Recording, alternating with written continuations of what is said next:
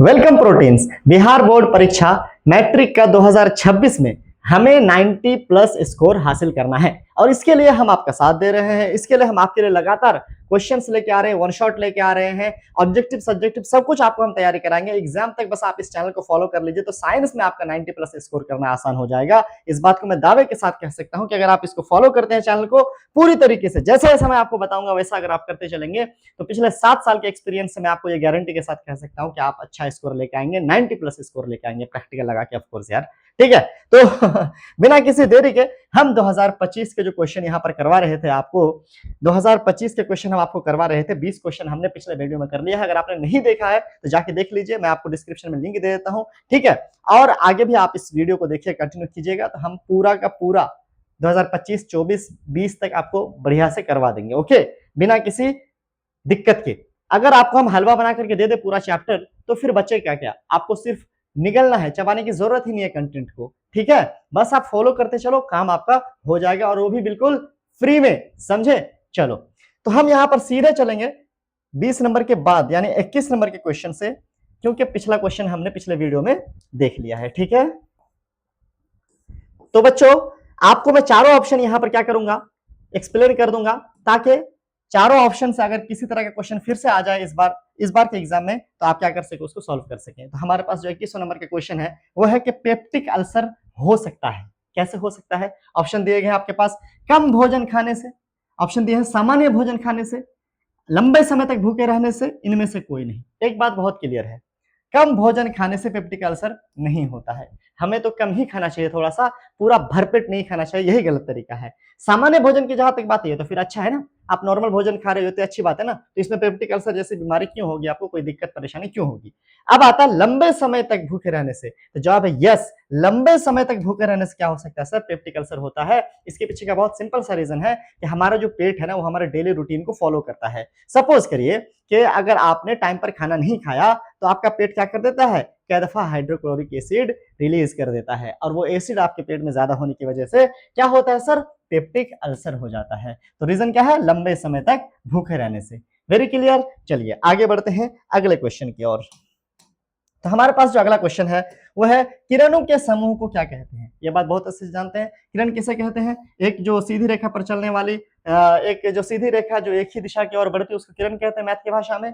प्रकाश जो है सीधी रेखा पर गमन करते हैं, इसीलिए प्रकाश के जो पथ है उसको हम किरण से दिखाते हैं। अगर इसी किरण का हम ग्रुप बना ले, क्या बना ले सर, ग्रुप बना ले, तो ये क्या कहलाएगा सर, किरण पुंज कहलाएगा। क्या कहलाएगा बच्चों, किरण पुंज कहलाएगा। तो इसका मतलब आपका सही जवाब क्या हो जाएगा, किरण पुंज हो जाएगा। इंग्लिश में गलत दिया है, रे बंडल नहीं कहेंगे, इसको बीम कहेंगे। क्या कहेंगे, बीम कहेंगे, वो यहाँ पर दे दिया है। चलिए कोई बात नहीं, बट आप याद रखिएगा क्या सर, कि किरण के समूह को किरण पुंज कहते हैं, इंग्लिश में उसको बीम कहते हैं। ये इस तरह के समांतर भी हो सकते हैं, ये इस तरह के कन्वर्जिंग भी हो सकते हैं, और ये इस तरह के डाइवर्जिंग भी क्या हो सकते हैं, हो सकते हैं। ठीक है, तो ये 3 तरह के होते हैं। इसके बारे में अलग से हम डिस्कस कर लेंगे जब चैप्टर का वन शॉट लेके आएंगे कुछ दिनों में, तब फिर ठीक है।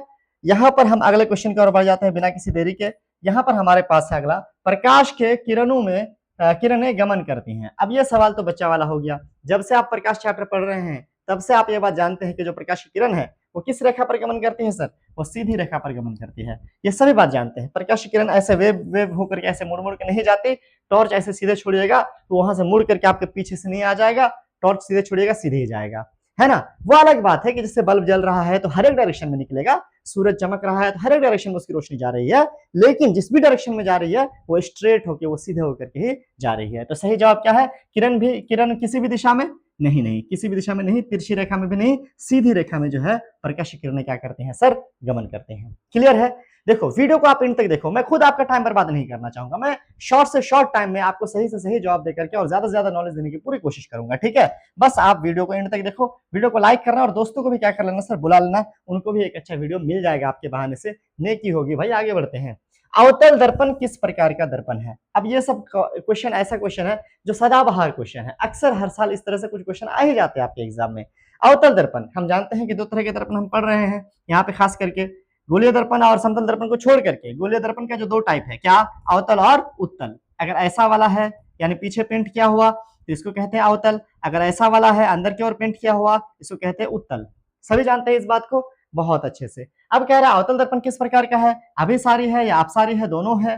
अभिसारी है, अपसारी है, या इनमें से कोई नहीं है? ये तो वैसे भी नहीं होगा, दोनों तो वैसे भी नहीं होगा, कंफ्यूजन इन्हीं दोनों में से होता है कि नहीं है बच्चों? तो आप देखो ना, ये आया क्या स्ट्रेट लाइन वाला किरण। अब इसको क्या करेगा ये लाइट, ये इसको ऐसे इधर मोड़ देगा, ये क्या करेगा इसको इधर ऐसे मोड़ देगा। ये बेसिकली क्या कर रहा है, जो किरण है उसको जमा करने का काम कर रहा है, किरण को समेटने का काम कर रहा है, एक जगह फोकस करने का काम कर रहा है। इसीलिए इसको हम लोग क्या कहेंगे, कन्वर्जिंग कहेंगे, यानी इसको हम लोग अभिसारी कहेंगे। क्या कहेंगे बच्चों, अभिसारी कहेंगे। तो आप ये बात जान लीजिए, अवतल दर्पण आपका क्या हो गया, अभिसारी हो गया, और उत्तल दर्पण क्या हो जाएगा, उत्तल दर्पण आपका अपसारी हो जाएगा। क्योंकि क्या करता है, समांतर किरण को बिखेरने का काम करता है, डाइवर्ज करने का काम करता है, इसीलिए इसको डाइवर्जिंग लेंस कहते हैं। क्लियर है? चलिए अगले क्वेश्चन की ओर बढ़ते हैं। बहुत ही इजी क्वेश्चन है इस वाले सेक्शन में 2025 में जो पूछे गए थे, तो उम्मीद करते हैं 2026 में भी आपको इजी क्वेश्चन ही आएंगे, टेंशन नहीं लेना है। इसी तरह का जो पैटर्न है वो पिछले 4-5 साल से हम लोगों को देखने को मिल रहा है। ठीक है, चलिए यहाँ पे कह रहा है क्या, कार की हेडलाइट में निम्नलिखित में से किस प्रकार के दर्पण का उपयोग किया जाता है। कार के हेडलाइट में, देखो बच्चों, कार के हेडलाइट में थोड़ा ध्यान दीजिएगा, हेडलाइट बोला है, यहाँ पे आपको साइड मिरर की बात नहीं किया है, साइड वाले दर्पण की बात नहीं किया है, यहाँ पे हेडलाइट बोला है। तो अगर मान लीजिए कि लाइट है, तो यहाँ पर ऐसे अगर बल्ब है तो ये वाले जगह पे दर्पण इस्तेमाल होता है, ये वाले जगह पे। ठीक है, जैसे अगर टॉर्च होता है ना, अगर ये टॉर्च होता है तो ये वाले जगह पे अंदर से जो इस्तेमाल होता है उसकी बात कर रहा है, ये ऊपर वाले की बात नहीं कर रहा है। तो यहाँ पर कह रहा है कार के हेडलाइट में किस प्रकार का दर्पण है, तो ये वाला दर्पण किस प्रकार का दर्पण होगा, बताओ आप किस प्रकार का दर्पण होगा। ये वाला आपको उत्तल होगा क्या अवतल होगा, ऑफ कोर्स ये वाला आपका अवतल होगा। ये क्या होगा, अवतल होगा। यहाँ पर उत्तल कह रहा है, अवतल कह रहा है, समतल कह रहा है, इनमें से कोई नहीं। चलो अब क्यों होगा, इसका बहुत सिंपल सा जवाब है, ये जो दर्पण होता है ये प्रकाश की किरणों को क्या करता है, समेटता है, ये प्रकाश की किरणों को एकत्रित करता है, एक जगह करता है। तो यहाँ से जो भी लाइट निकलेगा, यहाँ से जो भी लाइट निकलेगा उसको ऐसे क्या करेगा, ऐसे समांतर निकाल के, है ना, ऐसे समांतर निकाल करके ज्यादा दूर तक देखने में हेल्प करेगा। इसीलिए गाड़ी के हेडलाइट में किस तरह का दर्पण इस्तेमाल किया जाता है, अवतल दर्पण का इस्तेमाल किया जाता है। बहुत ही क्लियर। चलिए सर अगले क्वेश्चन की ओर बढ़ते हैं।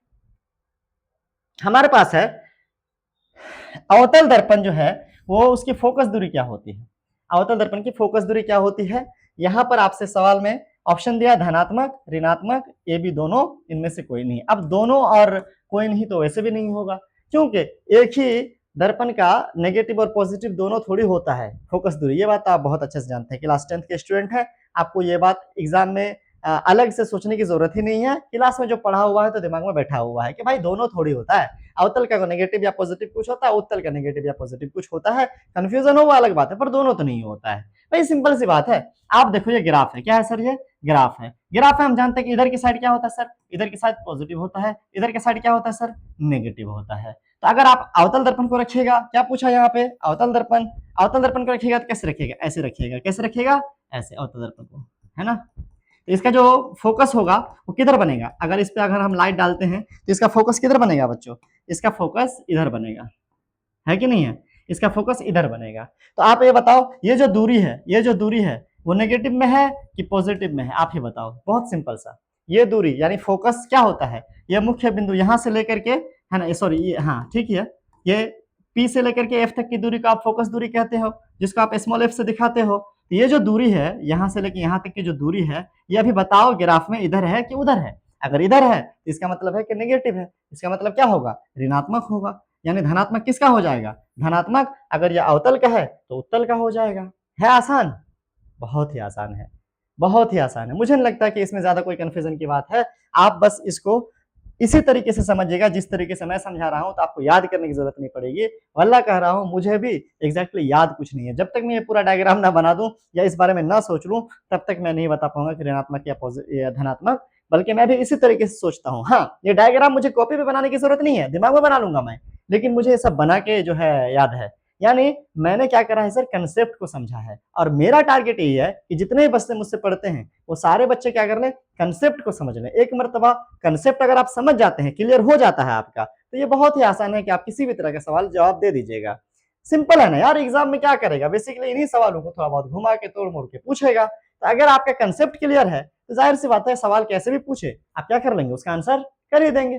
तो चलो भाई, हम भी कंसेप्ट बेस्ड आपको जो क्या करा रहे हैं आजकल, रिवीजन करवा रहे हैं, तो वो सब वीडियो भी आप लोग जरूर देखिएगा। अगला हमारे पास क्वेश्चन है, किस दर्पण से हमेशा वस्तु सीधा वस्तु से छोटा प्रतिबिंब बनता है। अब सीधा भी मैंने सही ही बोला था, क्योंकि जहां पर वस्तु से छोटा प्रतिबिंब बनता है ना, जिस दर्पण की बात करें वहां पर सीधा प्रतिबिंब बनता है। ये बात बहुत आपको अच्छे से पता होना चाहिए कि हमने अवतल दर्पण के लिए 6 प्रकार के अलग अलग पढ़े थे, है ना, कि भाई ये कंडीशन है, कभी वस्तु को फोकस के पास रख दिया, कभी फोकस से दूर रख दिया, है ना।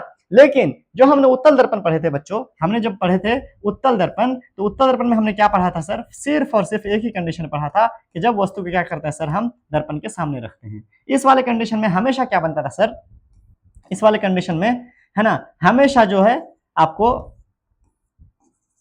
वस्तु का जो इमेज है वो हमेशा छोटा बनता था, सीधा बनता था और आभासी बनता था,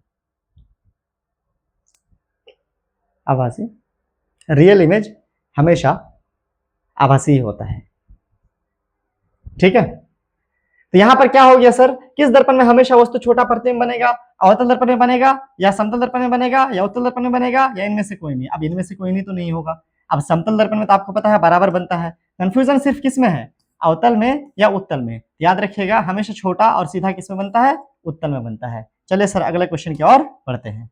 हमारे पास जो अगला क्वेश्चन है वो है कि वायु में प्रकाश की चाल निर्वात की अपेक्षा होती है क्या कम या अधिक या समान या इनमें से कोई नहीं। अब इनमें से कोई नहीं तो नहीं होगा, अब समान या अधिक या कम ही में से कुछ होगा। देखो बहुत सिंपल है, आपको ये चीज याद रख लेना है। आमतौर पर हम लोग कहते हैं कि प्रकाश की जो चाल है वो कितना है, सभी लोग जानते हैं 3 लाख किलोमीटर पर सेकंड है, सभी लोग जानते हैं 3 लाख किलोमीटर पर सेकंड है। अब अगर हम इसी को निर्वात में देख रहे हैं तब जाकर के ये 3 लाख है, लेकिन अगर इसी को हम वायु में देखेंगे तो 2,98,000 है। कितना है सर, 2,98,000 है। तो इसीलिए हम कह सकते हैं कि वायु में जो प्रकाश की चाल है बच्चों, वायु में वो क्या है सर, थोड़ा सा कहीं ना कहीं कम है, किससे, निर्वात से। वायु में क्या होता है सर, एक तरह का माध्यम होता है, यहाँ पे कुछ अपवर्तन होता है जिसकी वजह से डिस्टर्बेंस पैदा होता है और लाइट की जो स्पीड है वो थोड़ी कम हो जाती है हमारे एटमॉस्फेयर में, हमारे एनवायरमेंट में। तो लाइट की स्पीड जो निर्वात है वहां पर 3 लाख किलोमीटर पर सेकेंड, और जहां वायु है, वायु में 2,98,000। तो अब आप ही बताइए कि प्रकाश की चाल निर्वात की अपेक्षा क्या हो गया सर, बराबर हो गया, कम हो गया या ज्यादा हो गया। ऑफ कोर्स क्या हो गया, कम हो गया। क्या हो गया, कम हो गया। देखिए समझिए क्या कह रहा है, किसके अपेक्षा, वायु में कम है या ज्यादा, ये पूछ रहा है, वायु में कम है या ज्यादा है पूछ रहा है। तो वायु में क्या है बच्चों, वायु में कम है। क्लियर, बहुत क्लियर। आगे बढ़ते हैं। जो हमारे पास अगला क्वेश्चन है वो है प्रकाश द्वारा प्रदर्शित कौन सी घटना तारों के टिमटिमाहट में प्रदर्शित होता है। देखो हमारे चैप्टर में, यानी जो प्रकाश चैप्टर है क्लास 10th में, उसमें कई घटनाओं का जिक्र है, जैसे यहाँ पर नाम भी दिया गया है, वर्ण विक्षेपण का जिक्र है, प्रकाश के परावर्तन का जिक्र है, प्रकीर्णन और अपवर्तन का जिक्र है। उनमें से कौन सी घटना है जिसकी वजह से तारे हमें टिमटिमाते नजर आते हैं। तो बच्चों इसका जवाब आप याद रखिएगा कि प्रकाश के अपवर्तन की वजह से है। प्रकाश के परावर्तन की वजह से जो घटना है वो तो हम पढ़ नहीं रहे क्लास 10th में। वर्ण विक्षेपण से क्या होता है सर, रेनबो बनता है। क्या बनता है सर, रेनबो बनता है। रेनबो बोले तो इंद्रधनुष बनता है, हमने ये पढ़ा हुआ है। हमने प्रकीर्णन से पढ़ा हुआ है, प्रकाश के प्रकीर्णन से पढ़ा हुआ है कि आसमान का रंग क्या दिखता है सर, आसमान का रंग नीला दिखता है। ठीक है, तो इस तरीके से हमने अलग अलग घटनाओं को पढ़ा हुआ डिटेल से। तो यहाँ पर जो हमारा जवाब हो जाएगा कि तारों की टिमटिमाहट किसकी वजह से दिखती है सर, प्रकाश के अपवर्तन की वजह से ही दिखती है। ठीक है, चलिए सर आगे बढ़ते हैं अगले प्रश्न की ओर। हमारे पास है किशोरावस्था में होने वाले परिवर्तन को क्या कहते हैं। अब ये भले ही थोड़ा नीचे क्लास से ही पढ़ाया जाता है, आई थिंक 8th क्लास में सबसे पहले आपको ये पढ़ाया जाता है कि प्यूबर्टी एक चीज होती है हमारे शरीर में। क्या होता है सर, प्यूबर्टी। हमारे शरीर में जब बदलाव आते हैं, यानी जब हम लोग 11, 12, 13 साल की उम्र में आते हैं, लड़के लड़कियां सभी, तो उनके शरीर में कुछ खास चेंजेस आते हैं, जैसे प्यूबिक हेयर वगैरह आना या फिर बॉडी का स्ट्रक्चर चेंज होना वगैरह वगैरह। इसको हम लोग कहते हैं प्यूबर्टी। क्या कहते हैं बच्चों, प्यूबर्टी कहते हैं। ठीक है, विविधता तो डाइवर्सिटी ये हो गया कि बहुत किस्म का हो गया, डाइवर्सिटी विविधता बहुत सारे प्रकार के हैं, है ना, जीव जंतु इंसान। अंकुरन जर्मिनेशन तो पेड़ पौधे में होता है, इंसानों का इसमें कुछ है ही नहीं, इनमें से कोई नहीं तो नहीं होगा। तो यहाँ पर हमारे पास बचा प्यूबर्टी, ऑप्शन सही है। चलिए अगले क्वेश्चन की ओर बढ़ते हैं। यह है निम्नलिखित में से कौन परिवार नियोजन के साधनों में प्रयुक्त एक प्रभावी उपाय है। बच्चा ये बात याद रखिएगा कि परिवार नियोजन के लिए, यानी कह सकते हैं कि गर्भधारण न हो, इसके लिए कई चीजें अपनाई जाती हैं, जैसे डायफ्राम है, कॉपर टी है एवं लूप है, कॉन्डोम है, इनमें से सभी। तो आप ये बात तो सभी अच्छे से जानते हैं, कॉन्डोम एक बहुत ही सेफ चीज है, उसके अलावा कॉपर भी पेट में टी आकार का एक जो है कॉपर डाला जाता है, ये भी बहुत सेफ है। और डायफ्राम भी इसी तरह से एक कप आकार की चीज आती है जो वेजाइनल में इंसर्ट किया जाता है, जिसकी वजह से क्या होता है सर, प्रिवेंटेशन होता है, यानी परिवार नियोजन होता है और उसमें आप गर्भधारण से रोक सकते हैं।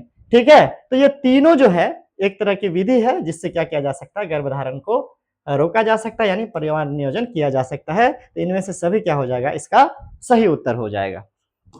अगले क्वेश्चन की ओर बढ़ते हैं बच्चे लोग। यहां पर हमारे पास है कि एटाविज्म जो है इसका अर्थ क्या होता है। देखो ऑप्शन हमारे पास क्या क्या है, संतति में जनकों के गुण का आना। भाई ये नॉर्मल हेरिडिटी है, यानी संतति का जो गुण है वो उनके बच्चों में आएगा ही, हमारे माँ बाप का गुण हमारे में आएगा ही, ये नॉर्मल हेरिडिटी है, ये होता ही है। अब संतति में जनकों के गुण का नहीं आना, भाई ये वाला चीज नहीं है एवर्टिज्म, है ना, एटाविज्म। एटाविज्म क्या है कि संतति में पूर्वजों के गुणों का आना जो जनकों में नहीं हो। अब इसका मतलब क्या होता है, थोड़ा सा समझ लीजिए कि हमारे गुण अक्सर हमारे माँ बाप से आते हैं, है कि नहीं है, लेकिन कभी कभी क्या होता है कि कुछ ऐसे गुण हमारे अंदर आ जाते हैं जो हमारे माँ बाप में एग्जैक्टली नहीं है, लेकिन हमारे दादा दादी या नाना नानी या हमारे परदादा परनाना किसी में वो गुण हो और वहां से हमारे अंदर वो गुण देखने को मिल जाए, तो उसको हम लोग क्या कहते हैं बच्चों, उसको हम लोग कहते हैं एटाविज्म। क्या कहते हैं, एटाविज्म। तो एटाविज्म क्या हो गया, संतति में पूर्वजों का गुण आना जो जनक में नहीं हो। ठीक है, नन ऑफ दिस तो नहीं होगा। ये क्वेश्चन भी आपका क्लियर हो गया। अगर वीडियो आपको पसंद आ रहा है तो लाइक करो। मैं आपके लिए फ्री में मेहनत करने को अगर तैयार हूं, तो क्या आप अपने लिए मेहनत करने को तैयार नहीं है? हा? क्या आप अपने लिए मेहनत करने, और ये फ्री भी थोड़े हमेशा रहेगा अभी क्या है कि ठीक है पेड कोर्स तो हमारे भी आएंगे, है कि नहीं है, लेकिन फ्री में अभी उतने ही पोटेंशियल के साथ में अभी उसी चीज को जो कल बच्चे लोग पे करके देखेंगे वही चीज आप फ्री में देख पा रहे हो। आपके पास ये एडवांटेज है कि नहीं है? तो यार थोड़ा फायदा उठा लो ना, बस सब्सक्राइब तो करना है, उंगली दबाना है थोड़ा सा, है ना, और बेल आइकन को जो आप पुश करो, नोटिफिकेशन आएगा, वीडियो देख लो, आधे घंटे का वीडियो डेली आएगा लगभग, आप बस इतना देखते चलो, आपका साइंस का काम खत्म। अब इससे आसान क्या चाहिए, हलवा बना के दे रहे हैं, इससे आसान क्या चाहिए, कुछ नहीं चाहिए। चलो अगले क्वेश्चन की ओर। वीडियो को लाइक तो कर ही दिया होगा, दोस्तों के साथ शेयर भी कर देना, ठीक है, ताकि उनको भी एक अच्छा वीडियो मिल जाए। हमारे पास एक और क्वेश्चन है, क्या किसी जीव में जीनी संरचना क्या कहलाती है? जीनी संरचना यानी हमारे बॉडी के अंदर डीएनए में जीन होता है और उसी से हमारे गुण जो है आते हैं माँ बाप से बच्चों में, जनक में या जनक से बच्चों में आते हैं, तो वो जो है संरचना क्या कहलाता है, जेनेटिक, है ना, संरचना कहलाता है। तो यहाँ पर एक ऑप्शन है फिनोटाइप, एक है जीनोटाइप। अनुवांशिकता तो नहीं है और विविधता तो नहीं है, इन्हीं दोनों में आपको कंफ्यूजन होगा कि भाई फिनोटाइप या जीनोटाइप। याद रखिएगा जो फिजिकल स्ट्रक्चर है, यानी हम कैसे दिखते हैं, हमारी हाइट क्या होगी, हमारा स्ट्रक्चर फेस का क्या होगा, नाक आंख बाल कैसे होंगे, ये फिनोटाइप होता है बच्चों। फिजिकल जो अपीयरेंस फिनोटाइप कहलाता है, उसको हम लोग यहाँ पर नहीं पूछा जा रहा हम लोगों से, यहाँ से पूछा जा रहा है कि आपका जीन का संरचना, तो नाम भी जीनी है और यहाँ पर काम भी जीनोटाइप है। तो बहुत सिंपल एग्जाम आपसे इस तरह से आएगा। अगले बार सपोज करो कि जीनोटाइप नहीं आकर के फेनोटाइप का पूछ दे, है कि नहीं है, कि बॉडी का आंख का रंग माँ की तरह है तो ये फिनोटाइप है, जीनोटाइप तो आप बोल दीजिएगा फिनोटाइप है। चलिए अगले क्वेश्चन की ओर बढ़ते हैं। हमारे पास है कि प्राकृतिक चयन द्वारा जीवों का विकास कहलाता है। अब देखो natural selection, theory of natural selection जो है, यहाँ पर 3-4 नाम दिया गया है, मेंडल दिया है जिन्होंने हेरिडिटी के बारे में बताया था, जीनोटाइप है, अनुवांशिकता है और विविधता है। ओह सॉरी हमारा लगता है क्वेश्चन बदल गया रे बाबा, ये वाला ठीक है। कहाँ चले गए थे हम, कहाँ चले गए थे जी, मेंडलिज्म जो वही है जो मैं आपको बोला। लैमार्कवाद तो छोड़ दो भैया, ये पुरानी थ्योरी है जिसके बारे में थोड़ा बहुत पढ़ाया जाता, 2-4 लाइन, इनकी किताब भी बहुत मशहूर है। सुलभ विकास तो कोई चीज ही नहीं है, ये तो कोई चीज ही नहीं है। डार्विनिज्म है, डार्विनवाद है बेसिकली, डार्विन, चार्ल्स डार्विन ने एक किताब लिखी थी थ्योरी ऑफ नेचुरल सिलेक्शन। तो वो थ्योरी जो इनकी है वही क्या है सर, प्राकृतिक चयन को जो है दर्शाता है। तो हम लोग कहेंगे कि प्राकृतिक चयन द्वारा जीवों का विकास क्या कहलाता है, डार्विनवाद कहलाता है, डार्विनिज्म कहलाता है।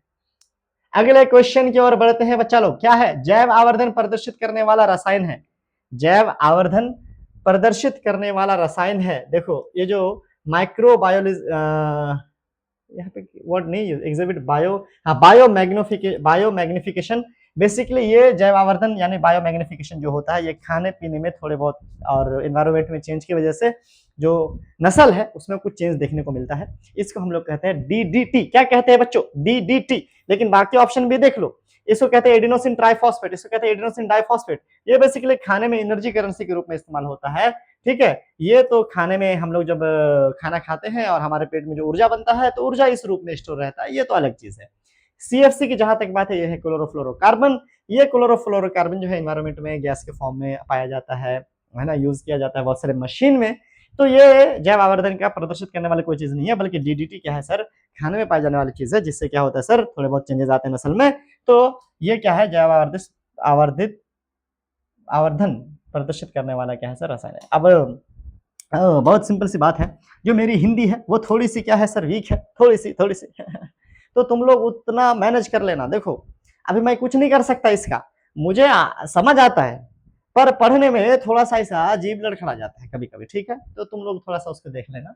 अभी क्या है कि प्राथमिक उपभोक्ता कहलाता है, प्राथमिक उपभोक्ता है, फूड चेन तो है ना, सबने पढ़ा ही हुआ है थोड़े नीचे क्लास से ही। पहले नेपाल में मुझे लगता है कि 2-3 क्लास में ही पढ़ा दिए गए थे, 2-3 क्लास तो नहीं, मैं शायद थोड़ा कम बोल दिया, चलो 4-5 क्लास तक में पढ़ा दिए गए थे फूड चेन, ठीक है, हमारे टाइम पे। तो फूड चेन में क्या होता है, बेसिकली यही होता है ना कि घास है, घास को ये मेढक खा रहा है, मेढक को ये सांप खा रहा है, सांप को ये चील खा रहा है। तो इसमें हम जो देखते हैं, सबसे पहला जो लेयर है, जो घास वास है, वो बेसिकली जो घास वास का लेयर होता है, जो पहला वाला होता है, ये तो आपको उपभोक्ता नहीं है, क्योंकि ये तो खाया जाता है, किसी को खाता नहीं है। उसके बाद जो उपभोक्ता होता है उसको हम लोग कहते हैं प्राथमिक उपभोक्ता। जो प्राथमिक उपभोक्ता होता है वो बेसिकली घास को खाता है, उसको हम लोग कहते हैं प्राथमिक उपभोक्ता। उसके बाद आता है आपको द्वितीय उपभोक्ता। उसके बाद क्या आता है, द्वितीय उपभोक्ता, जो है प्राथमिक उपभोक्ता को खा लेता है, यानी घास खाने वाले को खाता है, शाकाहारी को खाता है। उसके बाद जो है आपका आता है तृतीय उपभोक्ता, ठीक है। उसके बाद आपका टॉप वाला होता है, उसके बाद फिर टॉप वाला होता है सबसे, जो इसको भी खा जाए, ठीक है। तो आप यहाँ पर देख सकते हैं कि घास खाने वाले क्या है सर, प्राथमिक उपभोक्ता हैं, और फिर शाकाहारी को खाने वाले आपको क्या हो गए, मांसाहारी हो गए। मांसाहारी को भी खा लेने वाले क्या हो गए, तृतीय हो गए, और भाई इनको भी खा लेने वाले टॉप में हो गए। चलिए हम ये एक अलग टॉपिक है, उस कारण जब टॉपिक करेंगे डिस्कस तो कर लेंगे। अभी यहाँ पर जो सवाल है वो है प्राथमिक उपभोक्ता किसे कहते हैं। अब घटक को कहते हैं डिकम्पोजर्स नहीं, ये तो सड़ाने गलाने वाले बैक्टीरियाज को कहते हैं। सर्वाहारी मतलब जो सब खा लेता है ना, प्राथमिक द्वितीय, वो तो टॉप वाले हो गए जैसे हम लोग। मांसाहारी मतलब जो शाकाहारी को खा लेता है, तो वो तो द्वितीय हो गया बच्चों। और यानी शाकाहारी जो कि घास पात खाता है, वो आपके क्या है, प्राथमिक उपभोक्ता है। तो आपका सवाल का जवाब क्या हो जाएगा, शाकाहारी हो जाएगा, प्राथमिक उपभोक्ता आपका शाकाहारी है, ठीक है। चलिए अगले क्वेश्चन की ओर बढ़ते हैं। हमारे पास है कि सीएफसी का व्यापक उपयोग होता है, क्लोरोफ्लोरोकार्बन इस्तेमाल कहाँ होता है बताइए, है ना। जेट इंजनों में होता है, रेफ्रिजरेटर में होता है, एयर कंडीशन में होता है, या फिर इनमें से सभी। तो बच्चों याद रखिएगा कि सीएफसी यानी क्लोरोफ्लोरोकार्बन को आजकल बहुत सारी चीजों से बैन किया गया है, जैसे एसी से और फ्रिज से। यहाँ पर इसके जगह पे कुछ और चीज उपयोग करने के लिए कहा जा रहा है, और पता नहीं अभी तक कहाँ कितना इम्प्लीमेंट हो पाया हमारे देश के अंदर।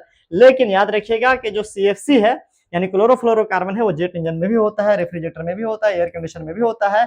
तो यहाँ पर जो हमारा आंसर होगा क्या होगा, इनमें से सभी हो जाएगा, ठीक है। चलिए अगले क्वेश्चन की ओर बढ़ते हैं। वह पित्त रस स्रावित होता है, आपको पता होना चाहिए पित्त रस कहाँ से होगा। पित्त रस मुख गुहा से होगा, यकृत से होगा, छोटी आंत से होगा, या आमाशय से होगा। देखो आमाशय में रस वाली कोई बात है नहीं, यहाँ एब्जॉर्प्शन का काम होता है। छोटी आंत से आपको आंत रस निकलता है, यह मुख गुहा से आपको लार ग्रंथि है तो लार निकलता है, और आपका यकृत से क्या होता है सर, पित्त रस निकलता है। इसके अलावा आपका स्टोमक बच गया, वहां से कुछ और, चलिए हम उसके बारे में पढ़ेंगे अगर आएगा तो। आगे अगला क्वेश्चन है हमारे पास, क्षुद्रांत्र में स्थित रसोंकर का क्या कार्य होता है। देखो बच्चों आपको छोटी आंत की बात कर रहा है कि छोटी आंत के अंदर, जैसे ये छोटी आंत का सरफेस है, इसके अंदर ये उंगली लाइक स्ट्रक्चर होता है, ऐसे विलाई बोलते हैं इसको, ठीक है। इसी को हम लोग हिंदी में कहते हैं रसोंकुर। तो ये जो है, ये जो उंगली की तरह जो ये संरचना होती है, ये बेसिकली क्या होता है, सतह के क्षेत्रफल को बढ़ाने का काम करता है, ताकि ज्यादा से ज्यादा एरिया से क्या किया जा सके, रस को एब्जॉर्ब किया जा सके, जो खाने का पाचन के पश्चात बना है। तो यहाँ पर अवशोषण का अवरोध करना यानी रोकना बिल्कुल नहीं बच्चा। अवशोषण को सतही क्षेत्रफल को घटाना, घटाएगा नहीं। अवशोषण का सतह क्षेत्रफल बढ़ाना, ऑफ कोर्स ये क्षेत्रफल को बढ़ाता है। सीधा सीधी पाइप में उतना जगह नहीं है, लेकिन ये डिजाइन होने की वजह से क्या हो जाता है सर, जगह बढ़ जाता है। तो ये क्या करता है, अवशोषण के सतह क्षेत्रफल को बढ़ाता है। इनमें से सभी, इनमें से कोई नहीं, ये सब तो खैर नहीं होगा। बहुत ही आसान आसान ऑप्शन दिया है, आपको टेंशन लेने की जरूरत ही नहीं है यार। ऑब्जेक्टिव मतलब आसान ही आते हैं बिहार बोर्ड में, बहुत सिंपल सिंपल। थोड़ा बहुत अगर एक मोटा मोटी कंसेप्ट आपका चैप्टर के बारे में है, 2-3 महीना भी पढ़ लेते जितना अभी बचा हुआ है, तो भी आप ठीक ठाक नंबर ले आएंगे, कोई दिक्कत की बात नहीं है। अगला है मुख गुहा का पिछला भाग क्या होता है। हमारे पास ये मुख गुहा है, मुख गुहा का पिछला भाग ये वाला है। तो ये वाला आपका गिरसनी है कि गिरासनली है कि ग्रहणी है कि अग्न्याशय है। देखो पैंक्रियाज तो एक तरह का है ना, हमारे अंदर पेट के अंदर, उधर पेट तो नहीं, इस सामने में पाया जाता है। इससे भी क्या होता है सर, ग्रंथि है और रस निकलते हैं। जो ग्रहणी है डेडुनम है, डेडुनम जिजुनम और इलियम जो है ये बेसिकली आपको बड़ी आंत का भाग है। उसके अलावा आपको जो गिरास नली है, इसोफिगस है, वो आपका एक पाइप है, यहाँ पर एक इस पाइप के नीचे एक लाल रंग का जो पाइप पाया जाता है मोटा सा, वो है। तो गिरासनी जो फेरिंक्स है वो आपका ये वाला हिस्सा है, ये जो घाटी जहाँ पर है, जहाँ से साउंड बॉक्स भी है वहीं पे, लेरिंग्स फेरिंक्स यहीं पर है। तो आपका जो मुख है वो यहीं पे खत्म हो रहा है, तो वो गिरासनी में खत्म हो रहा है बच्चों। इस तरीके से हमारे पास ये 40 क्वेश्चन यानी एक और 20 क्वेश्चन खत्म हो गए। आपके कितने सही आंसर जो है आए यहाँ तक में, आप उसको कमेंट कर दीजिए। और उसके अलावा अगले वीडियो आप जरूर देखिए, क्योंकि यहाँ पर इस चैनल पे हम आपको सिर्फ ऑब्जेक्टिव नहीं सब्जेक्टिव भी कराएंगे, वन शॉट भी कराएंगे, क्विक रिवीजन कराएंगे, मतलब जो भी जरूरत है एग्जाम में वो सब कुछ कराएंगे। तो आप बस चैनल पे बने रहिए, वीडियो को करिए लाइक, चैनल को करिए सब्सक्राइब। मिलता है अगले वीडियो में, तब तक के लिए शुक्रिया। Have a great day.